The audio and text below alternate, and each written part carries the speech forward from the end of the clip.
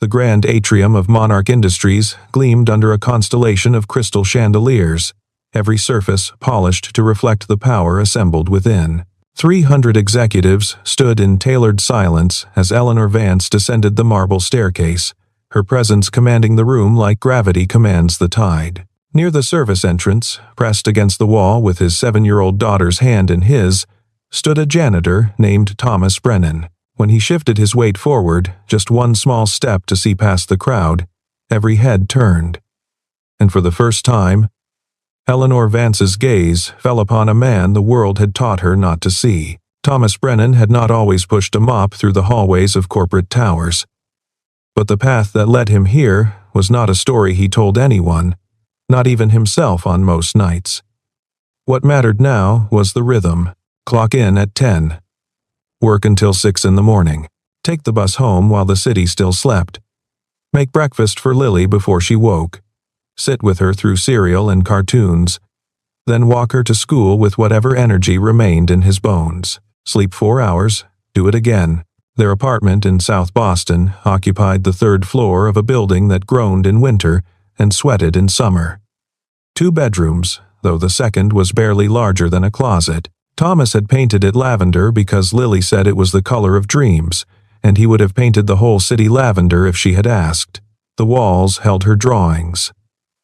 Crooked houses, stick-figure families, a sun that smiled in every single one. On this particular morning, 3 days before the Monarch Industries gala that would change everything, Lily sat at their small kitchen table with a bowl of oatmeal growing cold before her. She watched her father move through the kitchen, his movements slow with exhaustion, but his voice warm when he spoke. "Eat up, sweetheart. Bus comes in 20 minutes. Daddy," she said, stirring the oatmeal without eating it. "Why do people look at you like that?" Thomas paused at the sink. "Like what?" "Like at the grocery store yesterday. That lady looked at you like you were doing something wrong. But you were just buying milk." He turned, drying his hands on a dish towel that had seen better years.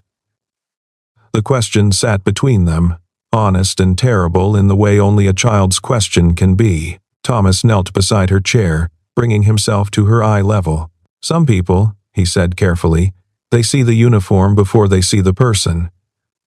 They see the job, and they make up a whole story in their heads about who you are, without ever asking." He tucked a strand of hair behind her ear. "But you know who I am, right? You're my daddy." "That's right. And that's the only story that matters." She considered this with the gravity of a Supreme Court justice, then nodded and took a bite of oatmeal. Thomas watched her eat, and in that small kitchen with its water-stained ceiling and second-hand furniture, he felt something close to peace. What Lily did not know, what Thomas had buried so deep it rarely surfaced even in his dreams, was that he had once worn a different kind of uniform. There were years, before her mother's death, before the medical bills that consumed everything, when Thomas Brennan had been someone else entirely. Someone who solved problems. Someone who built systems. Someone whose name appeared on patents that still generated royalties he would never see, because desperation had made him sign those rights away to pay for treatment that ultimately failed. He did not speak of this, not because he was ashamed of who he had become, but because he was afraid that Lily might grow up thinking her father had fallen. He wanted her to see only forward motion, only possibility, only a man who showed up every single day and did what needed to be done. The night before the gala, Thomas worked his usual shift at Monarch Industries.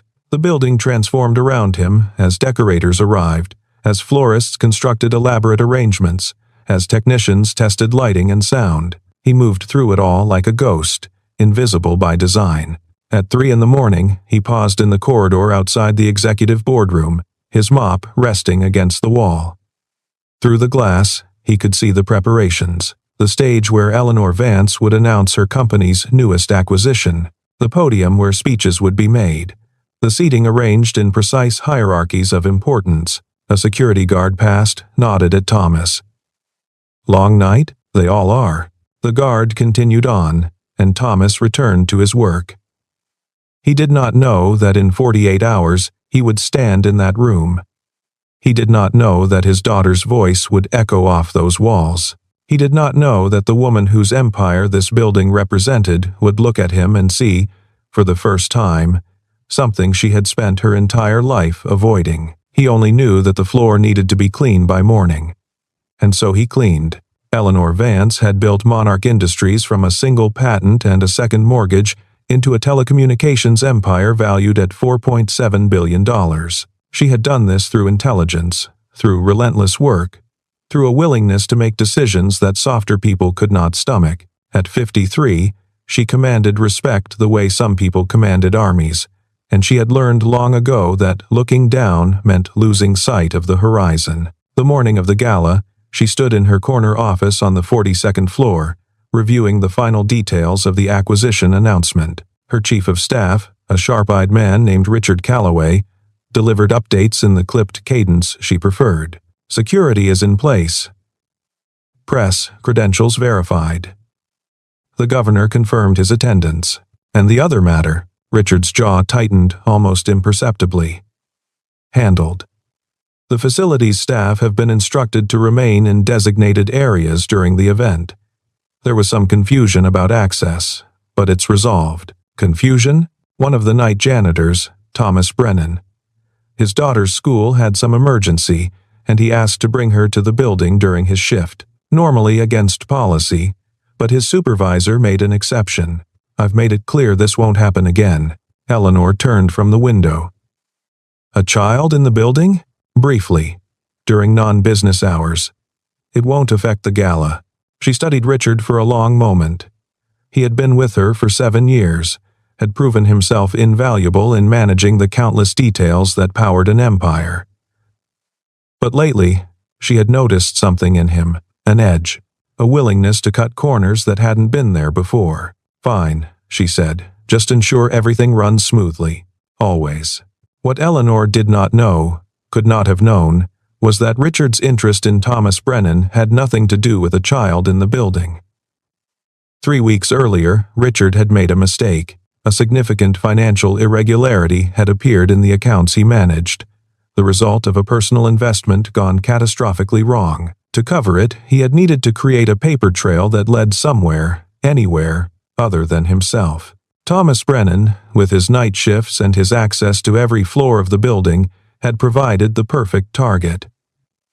Richard had carefully planted evidence, doctored security logs, created a narrative of petty theft that would, if discovered, point directly at the janitor who moved through Monarch Industries like a shadow. At 2 o'clock in the afternoon, the gala began. The atrium, filled with bodies and expensive fabrics, with voices practiced in the art of saying nothing important, with the particular energy of people who believed they mattered more than most. Thomas should not have been there. His shift had ended at 6 that morning, but Lily's school had closed unexpectedly, a water main break flooding half the building, and he had nowhere else to bring her. His supervisor, a decent man named George, had bent the rules. "Stay in the back," George had said. "Keep her quiet. I'll cover for you." So Thomas stood near the service entrance, Lily's hand in his, watching a world that operated on principles entirely foreign to his own. Lily watched too, her eyes wide at the chandeliers, the flowers, the women in gowns that probably cost more than her father earned in a year. "It's like a princess movie," she whispered.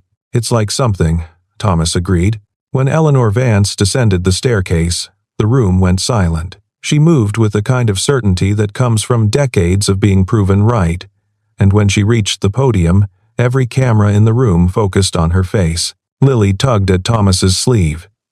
"Is she the princess? She's the boss. Of what? Of all of this?" Then it happened. Lily spotted someone across the room, a catering staff member holding a tray of appetizers. Her hand slipped from Thomas's grip as she moved forward. Fascinated by the tiny foods arranged like art, Thomas stepped after her, one small step, and in doing so, moved out of the shadows and into the light. The room did not fall silent. Eleanor did not stop her speech. But Thomas felt eyes turning, felt the weight of judgment from those nearest to him. A janitor, in uniform, at a corporate gala, with a child. Richard Calloway appeared beside him within moments. "You need to leave. Now." I'm just getting my daughter. This is a private event. Staff are not permitted. The exchange was quiet, but not quiet enough. People were watching now. Thomas saw Eleanor pause mid-sentence, her gaze sweeping the back of the room, finding the source of the disturbance. "Daddy?" Lily had returned to his side, sensing the tension. Richard's voice dropped to a hiss. "I don't care what arrangement you made with your supervisor. This is inappropriate. You're embarrassing yourself. You're embarrassing the company." Thomas felt the old familiar weight. The understanding that in certain spaces, he was not a person but a problem to be solved. He had learned, long ago, to swallow this weight, to let it pass through him without leaving marks. "We'll go," he said quietly. But Richard was not finished. He was thinking of the evidence he had planted, the investigation that would soon begin. The need to establish Thomas as exactly the kind of person who would cause problems. "This is typical," Richard said, loud enough for nearby guests to hear. "No judgment, no consideration. This is why certain people remain where they are." The words hung in the air. Lily looked up at her father, confusion and hurt mixing in her eyes. She had understood, perhaps for the first time, that the look she had asked about at breakfast was not an accident. It was a system. Thomas squeezed her hand. "Come on, sweetheart." They walked toward the exit, and the gala resumed behind them as if they had never been there at all. Eleanor Vance returned to her speech. The audience returned to their performance of attention, and in the corner of the atrium, a 7-year-old girl learned that the world could be very cold to the people she loved most. The loading dock behind Monarch Industries smelled of exhaust and cardboard, a utilitarian space that existed to be forgotten. Thomas sat on an overturned crate, Lily beside him, both of them staring at the concrete floor. "Daddy, why did that man say those things?" "Because he doesn't know us." "But they weren't true." "No, they weren't." Lily kicked her feet, her sneakers scuffed from months of playground use. "It made me feel bad, like we did something wrong." Thomas pulled her close. "You didn't do anything wrong, not one single thing. Neither of us did. Then why do we have to leave?" It was the question he could not answer. Not honestly.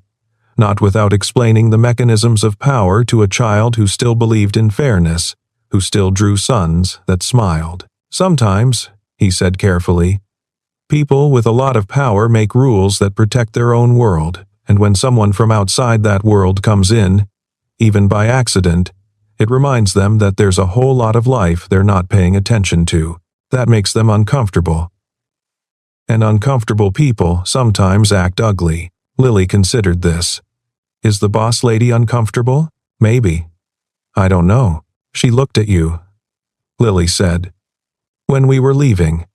She looked right at you." Thomas had felt it. That brief moment when Eleanor Vance's eyes had found him in the crowd. He had expected dismissal, maybe annoyance. What he had seen instead was harder to name, something closer to recognition, as if she had seen not just a janitor causing a disturbance, but a specific human being with a specific face. "Come on," he said. "Let's go home." But they would not make it home. Not yet. Inside, the gala had progressed to the portion of the evening where speeches gave way to mingling, where deals were made in corners and futures were decided over champagne. Eleanor moved through the crowd with practiced grace, accepting congratulations, fielding questions, maintaining the performance of control that had defined her public life. But something had shifted.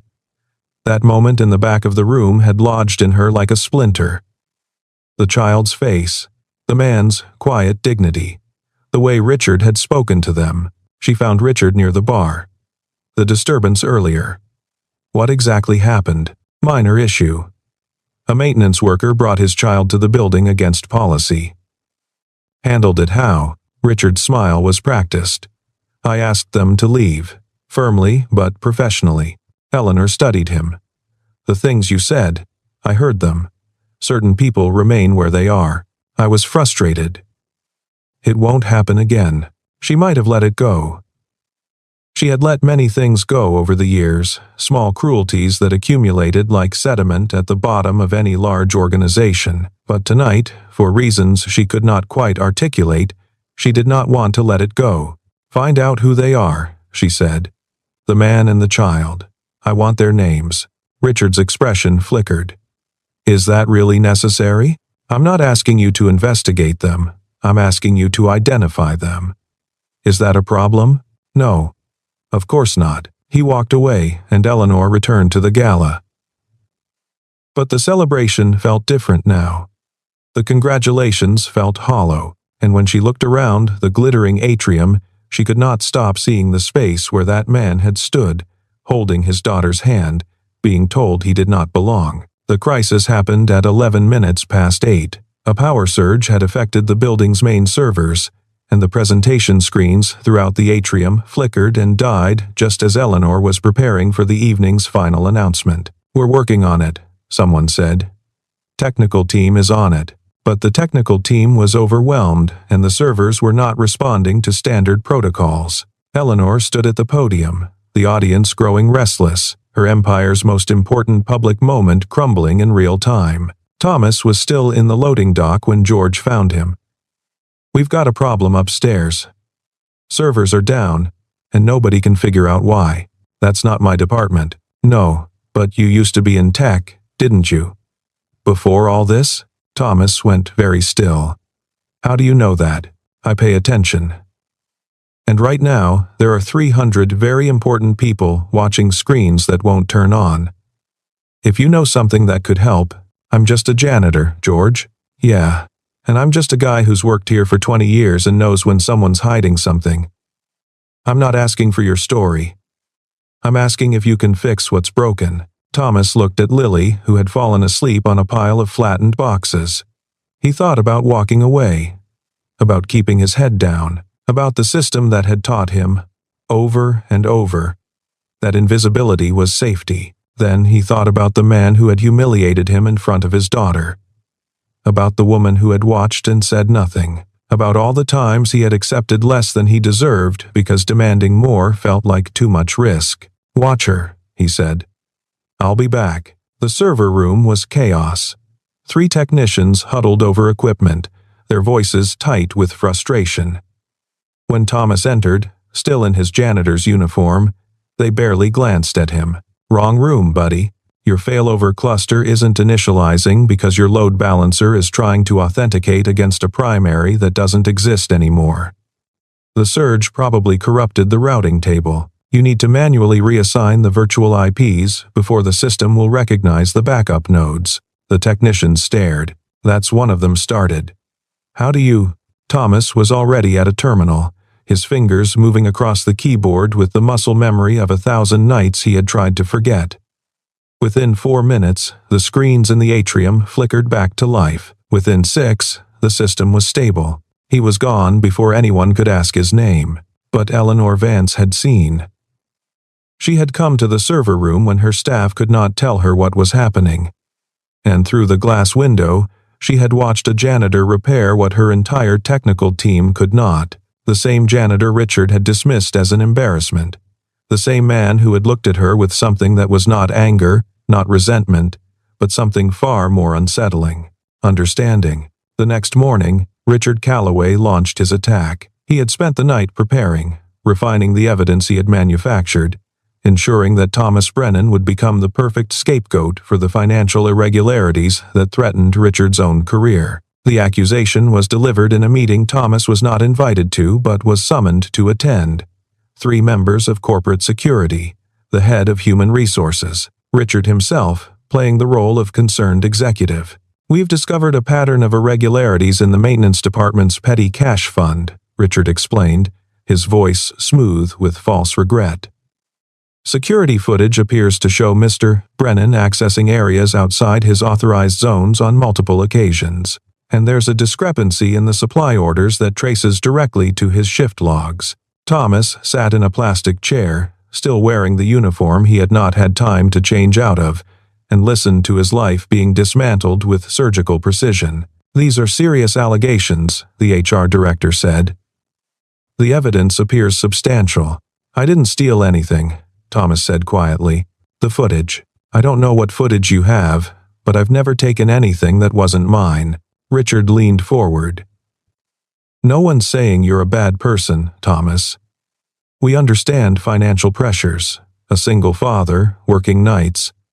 But we have a responsibility to the company." The words were designed to wound, to paint Thomas as desperate, as predictable, as exactly the kind of person who would do exactly what he was accused of doing. And the worst part was that no one in the room questioned it. They saw the uniform. They saw the job. They made up the story. "I want to see this evidence," Thomas said.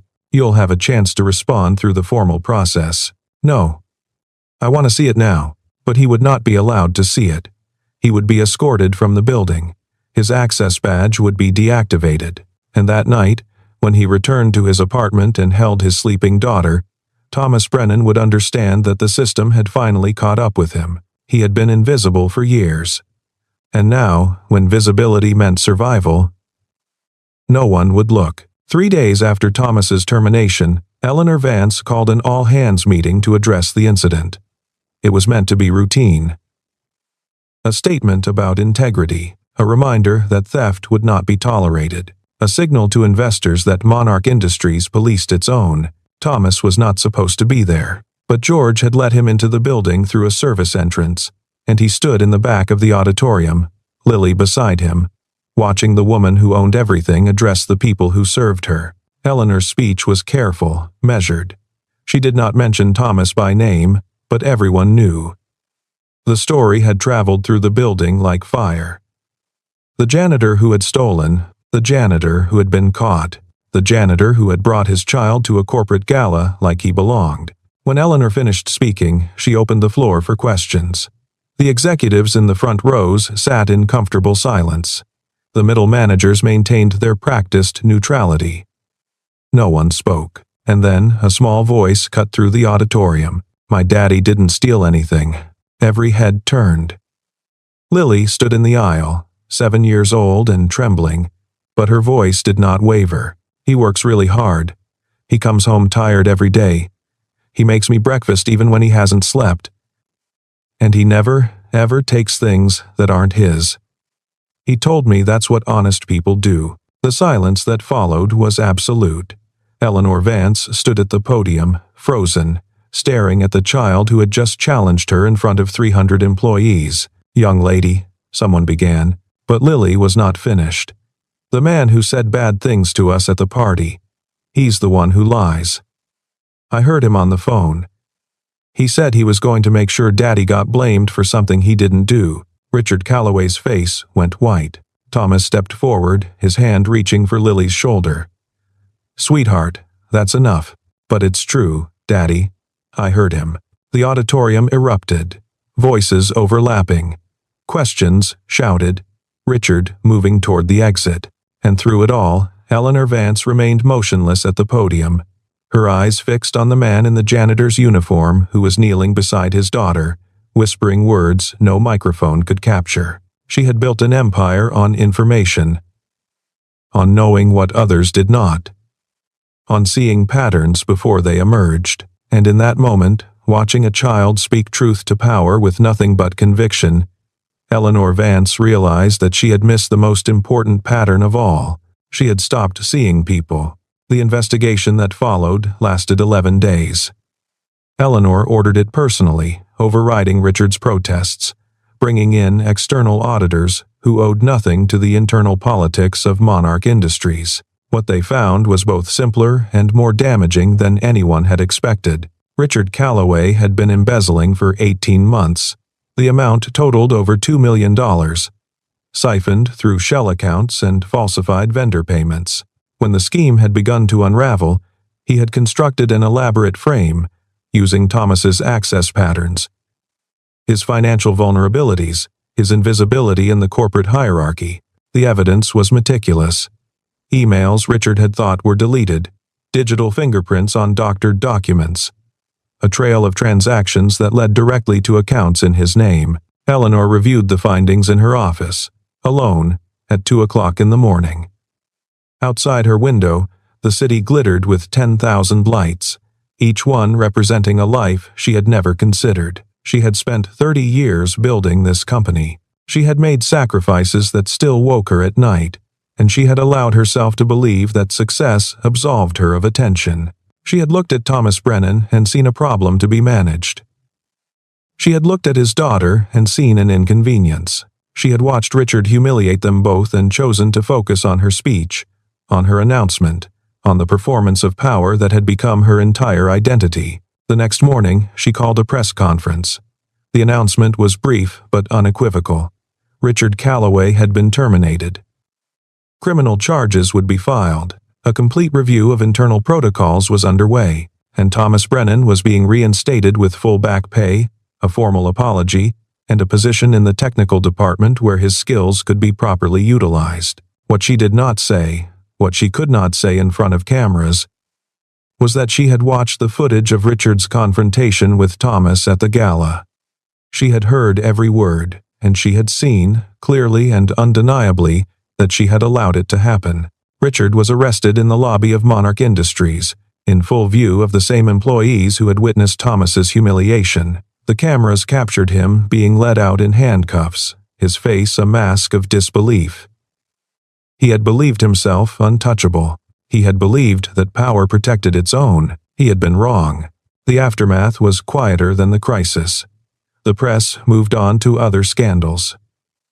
The employees returned to their routines, and Thomas Brennan found himself standing in an office on the 15th floor, wearing clothes that fit properly, preparing for a job that matched who he actually was. Eleanor found him there 3 weeks after the reinstatement.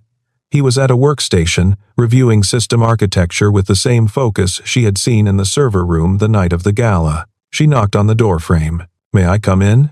Thomas looked up. In his face, she saw the same thing she had seen that first night. Not anger, not triumph. Just the steady presence of a man who had survived. "It's your building." "It is. But this is your office. And I should ask." She entered, closing the door behind her. For a long moment, neither spoke. "I didn't come to apologize," Eleanor said finally. Thomas raised an eyebrow. "Apologies are words. I came to tell you what I'm doing instead." She sat in the chair across from his desk, uninvited, breaking her own protocol. "I've established a fund, education and support for single parents employed by Monarch Industries, flexible scheduling, emergency childcare, tuition assistance. It's named after your daughter." Thomas blinked. "You named a fund after Lily? She's the one who told the truth when no one else would. That should be remembered. She's 7, and braver than most adults I know." Eleanor paused. "Including me." Thomas leaned back in his chair. "Why are you really here?" The question hung between them, honest and uncomfortable. Eleanor considered deflecting, considered maintaining the distance that had protected her for decades. But something had shifted in those 11 days of investigation, in those sleepless nights reviewing evidence that proved her blindness. "Because I saw you," she said, "in the server room, in the loading dock, in the auditorium when your daughter spoke. I saw you, and I realized that I have spent my entire career training myself not to see, not to notice, not to let myself be touched by the lives of the people who make all of this possible." She gestured at the building around them. "I don't know how to undo that, but I know I want to try." Thomas was quiet for a long time. When he spoke, his voice was gentle. "That man, Richard, he said something that night. About certain people remaining where they are. About judgment and consideration." He met Eleanor's eyes. "He was wrong about me, but I'm wondering if maybe you've been wrong about yourself too, thinking that where you are means you can't see anyone else." Eleanor felt something crack in her chest, a wall she had built so gradually she had forgotten it was there. "I have a daughter," she said. "Did you know that? She's 31 now. We haven't spoken in 6 years. She said I cared more about this company than I ever cared about her." She paused. She wasn't wrong. Thomas nodded slowly. "Lily's mother died when she was 2. Cancer. Every day since then, I've been terrified that I'm not enough. That I'm failing her. That she'll grow up and realize her father was just a man who cleaned floors. She won't realize that. No. Because that's not what she sees when she looks at you. I watched her face in that auditorium. She sees a hero. Thomas smiled. The first real smile Eleanor had seen from him. She sees her dad. That's all I ever wanted to be. They sat in silence. Two people who had spent their lives on opposite ends of the same system, finally seeing each other clearly. I don't know what happens next, Eleanor said. Neither do I. But I'd like to find out. If you're willing, Thomas considered her. Considered the woman who had watched him be humiliated and said nothing. Considered the woman who had torn apart her own company to find the truth. Considered the possibility that people could change, that systems could shift, that the walls between worlds were not as permanent as they seemed. Lily has a school play next week, he said. She's playing a tree. It's not a big part, but she's been practicing her leaf waving for a month. Eleanor laughed, surprising herself. A tree? She says trees are important. They give everyone oxygen. She's not wrong. She usually isn't. Thomas paused. You could come, if you wanted. It's not a gala. Just a bunch of kids in costumes and parents trying not to cry. Eleanor thought of the events she attended, the galas and fundraisers and corporate retreats, the performances of importance that had defined her life. I would like that, she said. Very much. 1 month later, on a Saturday morning in early spring, Thomas and Lily and Eleanor walked through Boston Common. The trees were beginning to bud, pale green against the gray sky. Lily ran ahead, chasing pigeons and pointing at every dog she saw. She's got a lot of energy, Eleanor observed. Thomas smiled. She got up at 5 to make sure we wouldn't be late. Late for what? You'll see. They walked in comfortable silence, two people who had found their way to something unexpected. Not romance, not yet, but something that might grow into it.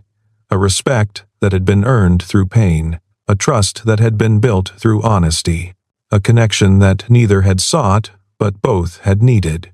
Lily came running back. Come on, we're going to miss it. She grabbed Eleanor's hand with the same ease she grabbed her father's, pulling them both toward a small crowd gathered near the pond. Thomas caught Eleanor's eye and shrugged. She read about it somewhere, insisted we come. The crowd was watching the swans. Every spring, the swan boats returned to Boston Common, and every spring, families gathered to see them. It was a small thing, a tradition, a moment that most people would forget by afternoon. But Lily stood at the edge of the water, her eyes wide, and Eleanor understood why they had come. My mom used to bring me here, she said quietly. When I was small, before everything, I had forgotten. Thomas put his hand on her shoulder. Some things are worth remembering. The first boat glided out onto the water, and the crowd applauded. Lily cheered. Eleanor felt something warm in her chest, something she had spent decades trying not to feel. Hope. She looked at Thomas. At the man who cleaned in silence, who raised his daughter alone, who had been broken by a system that was supposed to protect him. She looked at Lily, at the child who had spoken truth when no one else would, who saw her father as a hero, who believed that trees were important because they gave everyone oxygen, and she looked at herself, at the woman she had been and the woman she was becoming, at the walls she had built and the walls she was learning to tear down. Thank you, she said. For what? For letting me see. Thomas smiled. It was the same smile he gave Lily when she asked hard questions, patient and kind and absolutely certain. You always could, he said. You just had to choose to look. The swan boats circled the pond. The spring sun broke through the clouds, and three people who had been strangers stood together at the edge of the water, watching something beautiful begin.